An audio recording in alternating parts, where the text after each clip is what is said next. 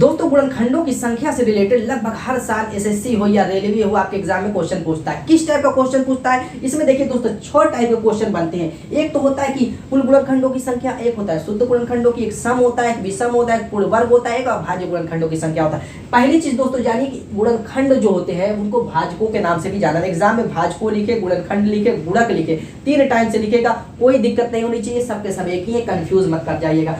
इसको सॉल्व करने से पहले जान लेते हैं 2 चीजें, एक होती है प्राइम नंबर, एक होता है गुणनखंड होता क्या है। देखिए दोस्तों प्राइम नंबर इसलिए जानना है कि अगर गुणनखंडों की संख्या दिया रहेगा तो उस नंबर को, जो बड़ा नंबर रहेगा उसको हम प्राइम नंबर में तोड़ेंगे, तभी उनके गुणनखंडों की संख्या आसानी से निकलेगी। जैसे फॉर एग्जांपल मान लीजिए कि 12 है, इनके गुणनखंडों की संख्या का क्या करेंगे, यानी 12 किन किन संख्याओं से कट सकता है। इनके गुणनखंडों की संख्या, इनके गुणनखंड का मतलब होता है 12 को आप किन किन संख्याओं से काट सकते हैं। मैं कहूँ कि 1 से काट सकते हैं, 2 से काट सकते हैं, 3 से काट सकते हैं, 4 से काट सकते हैं, आप 6 से काट सकते हैं और 12 से काट सकते हैं। क्लियर है इतना?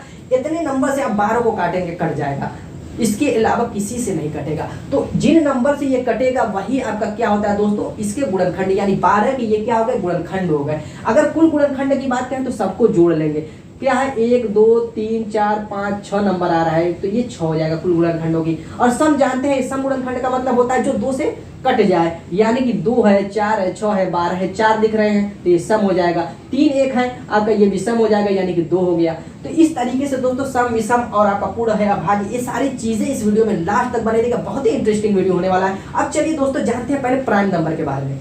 देखिए प्राइम नंबर का मतलब वो नंबर होते हैं जो खुद से कटे और दोस्तों 1 से कटे, इससे 1 से विभाजित हो और खुद से विभाजित हो, वो प्राइम नंबर होते हैं। फॉर एग्जांपल जैसे 2 है आपका, 3 है, 5 है, 7 है, आपका 11 है, आपका 13 है, 17 है, ये सारे के सारे प्राइम नंबर होते हैं दोस्तों। इसके आगे आप कहेंगे 1 भी तो होता है, नहीं दोस्तों 1 नहीं होता, क्योंकि 1 देखिए ये सारी संख्याएं 2 नंबर से कटेंगी। एक तो 1 से कट रही है, एक खुद से कट रही है, तो 2 नंबर हो गया, 2 नंबर से कट रही है। लेकिन एक सिर्फ 1 से कटेगा, बाकी किसी से नहीं कट रहा है, यानी 1। और दूसरी भी चीज ये भी देखिए, इसका हम स्क्वायर रूट निकाल सकते हैं, 1 का 1 निकल जाएगा, तो कहाँ से होगी। तो अब यहाँ से हमने 1 को किनारे कर दिया, इसको नहीं लेंगे। अब ये सारे प्राइम नंबर में आएंगे और आगे बढ़ते जाएंगे दोस्तों। 19 है आपका, तो यहाँ से हमें ये सारी चीजें पता चल गई कि प्राइम नंबर क्या होता है, और यहाँ से ये भी पता चल गया कि दोस्तों गुणनखंड कैसे करते हैं। अगर बड़ी संख्या, तो छोटी संख्या थी तो हमने कर लिया, अगर बड़ी संख्या दी रहेगी, जैसे एग्जाम में दिया रहेगा कि इस, जैसे आपका एग्जाम्पल के तौर पर यहाँ पर है 4200 के कुल गुणनखंडों की संख्या बताइए और कुल भाजकों की संख्या बताइए, गुणकों की संख्या बताइए या गुणक बताइए, इस टाइप से क्वेश्चन दिया रहेगा तो कैसे हम इसको सॉल्व करेंगे। पहले दोस्तों जो संख्या दी रहेगी उसको हम प्राइम नंबर में तोड़ेंगे। किसमें दोस्तों? प्राइम नंबर में। प्राइम नंबर में तोड़ने का आप जानते हैं बिल्कुल आसान तरीका है, जो आप पढ़ चुके होंगे, बेसिक चीजें हैं ये। आप क्या करते हैं, इस तरीके से काटते हैं भाग दे करके 2100, फिर 2 से काटेंगे, काटते रहेंगे। तो इतने बड़े नंबर को दोस्तों हमें ऐसी गलती नहीं करना, ऐसे नहीं काटना है, वरना इसमें भी आपकी टाइम बर्बाद हो जाएगी। उसका क्या तरीका होता है, अगर आपका इस तरीके से नंबर दिया हुआ है तो इसको हम यहीं पे इस तरीके से लिख सकते हैं 42 गुणे 100। दूसरी चीज दोस्तों, इनको अब देखिए 100 नंबर को तो अपने दिमाग में रख लीजिए, वो होता है 2 का स्क्वायर, 5 का स्क्वायर। बस हमें प्राइम नंबर के स्क्वायर के रूप में ही इनको तोड़ना है दोस्तों, प्राइम नंबर में तोड़ना है और सारे को स्क्वायर के रूप में लिख लेना है। कैसे? यहाँ पर देखिए, ये आपका लिख सकते हैं 42 को 7 गुणे 6, और इसको मैंने बताया 5 का स्क्वायर, 2 का स्क्वायर लिख सकते हैं। क्लियर है? 100 को लिख सकते हैं क्योंकि 50 25 और ये 2 दूना के 4, 25 चौको 100 हो जाएगा। अब यहाँ पर देखिए दोस्तों 7 पर पावर नहीं है, 1 बना लेंगे, 1 ही पावर है। और ये आपका देखिए 3 गुणे 2 लिखेंगे इसको 6 को, क्योंकि प्राइम नंबर में टूट गया। अब यहाँ पर 5 का स्क्वायर है और इसमें का 2, 6 में का 2 यहाँ पर जाएगा तो 2 पे 3 घात हो जाएगी। अब देखिए सब के सब प्राइम नंबर में टूट गया, 2 5 3 7, अब इससे कम नहीं आ सकते क्योंकि ये प्राइम नंबर है। अब दोस्तों इसमें देखिए ध्यान देना है कि कुल गुणनखंडों की संख्या, शुद्ध, यानी कि जो 6 टाइप है, 6 टाइप के क्वेश्चन है, इसी में से दोस्तों इसी नंबर से मैं इसको सॉल्व कर दूंगा, कोई दिक्कत नहीं होने वाली। हाँ वीडियो पसंद आ रही है तो दोस्तों लाइक कर दीजिएगा। चलिए ये 6 टॉपिक को कुछ ही पल में निपटा दे। तो कुल गुणनखंडों की संख्या निकालनी रहेगी, तो क्या करेंगे, कुल गुणनखंडों की संख्या जो इसकी पावर दी हुई है, देखिए 7 पर 1 है, 3 पर 1 है, 5 पर 2 है, 2 पर 3 है, तो हमें बेस को नहीं लेना, यानी 7 3 5 2 से हमें कोई मतलब है, उनकी पावर से मतलब है। उनकी पावर में क्या करेंगे दोस्तों, जैसे 7 पर 1 पावर है उसमें 1 जोड़ देंगे, 1 जोड़ देंगे, यानी यहाँ पर ऐसे मत लिखिए, यहाँ पर क्या करेंगे 1 जोड़ देंगे पावर में, इसमें सभी की पावर में 1 1 जोड़ देंगे। तो दोस्तों 1 1 जोड़ देंगे तो 7 पर क्या हो जाएगी 2 पावर, तो उसी पावर को उठाएंगे। 3 पर दोस्तों क्या हो जाएगी 2 पावर, तो उसी पावर को हम उठाएंगे।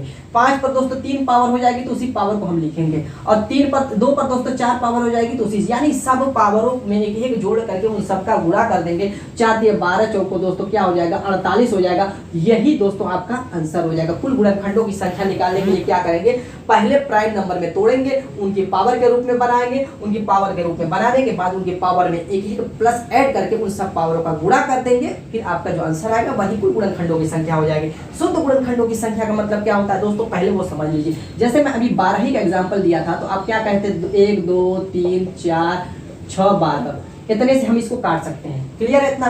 तो इसमें शुद्ध गुणनखंडों की संख्या का मतलब ये होता है दोस्तों, देखिए 1 और 12 जो दो ऐसे नंबर हैं, दुनिया के हर नंबर खुद से और 1 से कटेंगे, तो इसलिए इनको शुद्ध नहीं माना जाता, इनको अलग कर दिया जाता है। बाकी जो बीच के नंबर हैं यही शुद्ध होते हैं। तो यानी कि कुल गुणनखंडों की जितनी संख्या आएगी, किसी नंबर की कुल गुणनखंडों की जितनी संख्या आएगी, उसमें क्या होगा, पहला यानी 1 और लास्ट वाले नंबर यानी 2 नंबर को घटा देंगे, घटा करके जो आएगा वही आपका शुद्ध हो जाएगा। यानी कि 48 में से 2 घटा देंगे तो आपका 46 जो आएगा यही शुद्ध गुणनखंडों की संख्या हो जाएगी। अब कह रहा है कि सम गुणनखंडों की संख्या, सम गुणनखंडों की संख्या निकालने के लिए दोस्तों क्या करेंगे, जो आपकी पावर थी, जैसे क्या थी 7 पर 1 है, 3 पर 1 है, 5 पर 2 है और 2 पर 3 है, ऐसे ही थी।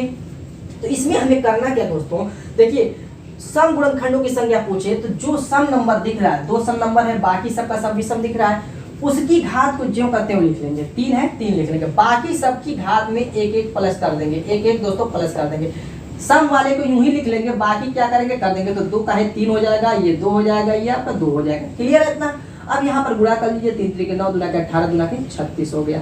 ये आपके सम गुणनखंडों की। और विषम गुणनखंडों की संख्या के लिए क्या करेंगे दोस्तों, उसका भी रूल जान लेते हैं। विषम गुणनखंडों की संख्या निकालने के लिए हम क्या करेंगे, जो ये आपका है यानी कि पावर को पहले लिख लेते हैं। ये जो आपका सम वाला दिख रहा है इसको हम लेंगे ही नहीं विषम वाले। विषम गुणनखंडों की संख्या में इस सम वाले नंबर को हम कैंसिल कर देंगे, बाकी जो बचे हुए नंबर है उनकी पावर में 1 1 ऐड करके गुणा कर देंगे, यानी 3 गुणे 2 गुणे 2, 3 दूना के 6 दूना के 12। अब हमें यहाँ पे थोड़ा सा रुक कर एक चीज चेक कर लेना है। चेक ये करना है दोस्तों, सम गुणनखंडों की संख्या विषम गुणनखंडों की संख्या को जोड़ने पर कुल गुणनखंडों की संख्या के बराबर आएगा तो सही है। यहाँ पर देखिए कुल गुणनखंडों की संख्या 48 आई है और सम और विषम गुणनखंडों की संख्या 36 और 12 आई है। इन दोनों को अगर हम ऐड करते हैं तो दोस्तों देखिए 48 आ जा रहा है, बिल्कुल सही हम जा रहे हैं। तो दोस्तों यहाँ पर चलिए अब चलते हैं अभाज्य गुणनखंडों की संख्या। अभाज्य गुणनखंडों की संख्या जैसे आपका 7 है पर 1 है, 3 पर 1 है, आपका 5 पर 2 है और 2 पर क्या है दोस्तों 3 है, इसी में हमने तोड़ा है। तो अभाज्य गुणनखंडों की संख्या निकालने के लिए एकदम सिंपल सा रूल है दोस्तों, ये तो अभाज्य नंबर में ही टूटे हैं, प्राइम नंबर ही में तो हमने तोड़ा है, तो जितने हैं ये उन्हीं को गिन लीजिए, यानी 2 3 बार आए, 5 2 बार आए, 3 बार, तो सबके पावर को ऐड कर देंगे। सबके पावर को दोस्तों ज्यों का त्यों ऐड करेंगे, बढ़ाए घटाएंगे नहीं, सभी के पावर को ऐड कर देंगे। 3 2 5 2 7 हो जाएगा। अभाज्य गुणनखंडों की संख्या दोस्तों कितनी हो गई, 7 हो गई। इस तरीके से हमें करना है दोस्तों, ठीक है। चलिए उम्मीद है कि आपको सब क्लियर हो रहा होगा। चलिए नेक्स्ट क्या है दोस्तों, पूर्ण वर्ग के गुणनखंडों की संख्या, यानी कि पूर्ण वर्ग का मतलब आप समझ रहे होंगे, यानी कि पावर जो है सम पावर हो, यानी कि जैसे 2 पर 2 पावर हो, 2 पर 4 पावर हो, या फिर 2 पर 0 से शुरू होगा दोस्तों, हमेशा याद कर लीजिए पूर्ण वर्ग बस 0 से शुरू होगा पावर की बात होगी तो, क्योंकि 2 पर 0 की वैल्यू का मतलब 1 होता है, और 1 को अगर रूट की अभी बात मैं कर चुका हूँ, 1 को अगर रूट में डालते हैं तो बाहर ये आ जाएगा। तो एक भी क्या है, पूर्ण वर्ग संख्या है दोस्तों, एक क्या है, पूर्ण वर्ग संख्या है। तो हमें ऐसी संख्याओं को ढूंढना है इनमें कि जो क्या हो, पूर्ण वर्ग हो, बस ये समझ जाइए। अब यहाँ पर देखिए 7 पर 0 गुणे 7 पर 1 लिख सकते हैं कि नहीं, इस संख्या को 7 पर 0 7 पर 1 लिखेंगे तब भी यही नंबर आएगा। क्लियर है? इसी तरीके से 3 पर 0 गुणे 3 पर 1 लिख सकते हैं कि नहीं। क्लियर है? इसी तरीके से 5 पर 0 गुणे 5 पर 1 गुणे 5 का स्क्वायर लिख सकते हैं कि नहीं। क्लियर है? इसी तरीके से 2 पर 0 गुणे 2 पर 1 गुणे 2 पर 2 गुणे 2 पर 3 लिख सकते हैं कि नहीं दोस्तों, लिख सकते हैं कि नहीं दोस्तों, ये सारी चीजें लिख सकते हैं कि नहीं। ये जो हमने उसको प्राइम नंबर में लाया पावर के रूप में, इनको क्या इस रूप में लिख सकते हैं कि नहीं, बिल्कुल लिख सकते हैं। 2 7 पर 0 1 आएगा, गुणा करेंगे कोई फर्क नहीं, 3 0 1 आएगा, गुणा करेंगे, गुणे में कोई फर्क नहीं पड़ेगा, ऐड नहीं है कि फर्क पड़ेगा। अब यहाँ पर हमें वो संख्या निकालनी है जो पूर्ण वर्ग बन जाए। जैसे 7 पर 0 बन जाएगी तो 1 हो गई, 3 पर 0 भी बन जाएगी 1,